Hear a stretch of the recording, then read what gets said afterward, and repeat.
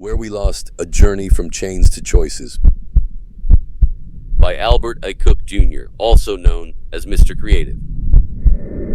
We once had no choices, and so we had unity. Now we have every choice, and so we have lost ourselves.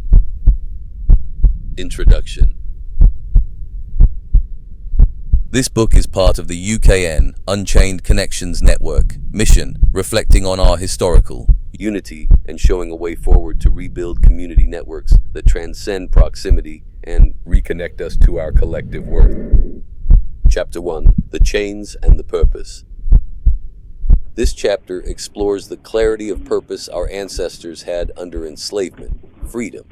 It highlights their unity in struggle driven by survival and sets the tone for understanding how tightly connected we once were, even under oppression. Chapter 2: The Journey North. The journey north was not just a change in geography, it was a migration of hope. In the 1940s and 1950s, families packed their lives into satchels, trunks, and hearts heavy with dreams, moving from the brutal South to the industrial cities of the North. From Mississippi to Chicago, from Alabama to Detroit, from Georgia to Newark. They weren't just escaping Jim Crow, they were seeking opportunity, jobs in factories, better education, a future for their children. And as they moved, they carried something more valuable than. Block by block, street by street, they recreated networks. Churches became anchors, barbershops became information hubs. Corner stores extended credit when banks wouldn't.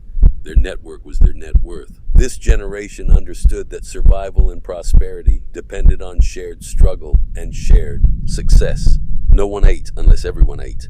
Aunties, neighbors, and church elders raised children. Together, music was not just entertainment. Jazz and gospel were tools of cultural preservation and unity. The journey north was a journey of purpose. Purpose kept us close. Purpose kept us focused. But soon cracks would form. The bright lights of the cities would bring not only opportunity, but also danger. Neighborhoods built on trust would be tested by policies, economics, and temptation. Yet, in this chapter of our story, we still had something unbreakable: the network, a living worth net. Before we lost it, this was the journey. Chapter 3: Soul and Power, the 60s and 70s high tide. In the 1960s and 70s, something electric pulsed through Black America. This was no longer just a journey of survival. This was the birth of soul and power. The migration had brought us north. The factories gave us jobs. The blocks became neighborhoods. Afros reaching to the heavens. Dashikis loud with pride. Curtis Mayfield on the corner. Black-owned businesses dotting the landscape. This was our high tide. The civil rights movement taught us to march, not away from oppression, but into our rightful seat at the table. From Montgomery to Selma, Watts to Newark, fists rose as one. The Black Panthers fed children before school and educated them after. Our worth net was strong. Unity was no longer about running from something. It was about building something lasting. Our music was a protest. Our hair was a crown. Our businesses were sanctuaries of self-reliance. There was a time when Buy Black wasn't a hashtag. It was a way of life. We had to depend on one another because the system refused to see us. But by the 70s, as soul music dominated the airwaves and James Brown shouted, "Say it loud, dash," we didn't just have pride. We had power. Power through ownership. Power through culture. Power through community. Power through unity. This chapter of the journey wasn't perfect, but it was purposeful. We knew that the barbershop and beauty salon were more than just places to look good. They were hubs of news, business, mentorship. A child could walk down the street and feel seen, not by one set of parents, but by the village. But underneath that rising tide, the water was shifting. The seeds of fracture had already been planted. Economic pressure, government intervention, and social engineering would soon begin chipping away at this unity. Temptation and distraction were coming.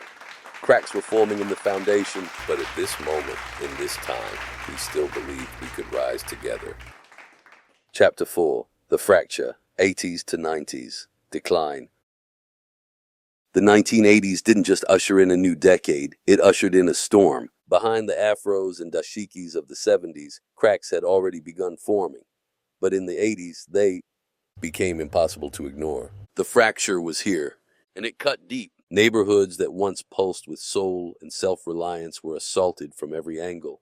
Factories closed, steel towns rusted. Jobs that sustained black families disappeared overseas. But nothing fractured the WorthNet more than the crack epidemic. Crack didn't just bring addiction, it rewired trust. The auntie who once babysat your child was now selling stolen goods for a hit.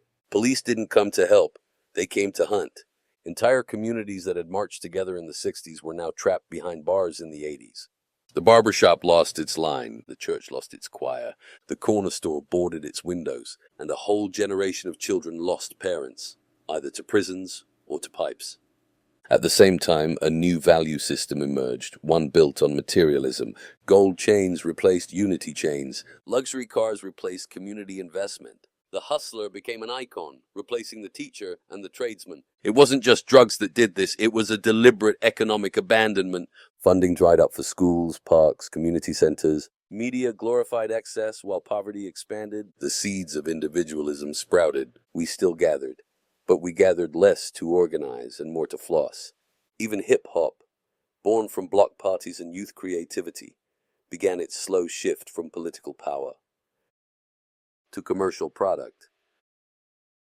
The fracture was wide now. Where elders once guided youth, now generations stood side by side, disconnected. Where black dollars once circulated in black neighborhoods, they now flowed outward, enriching everyone but us. We were fractured, but we lost something fundamental: trust, consistency, collective momentum. And so by the end of the 90s, we stood at the dawn of a new century, looking around at all the things we could own, but unsure who we still were. The fracture was complete. The village had weakened. And just as we thought we had seen it all, a new trap was coming, the endless distraction of the digital world.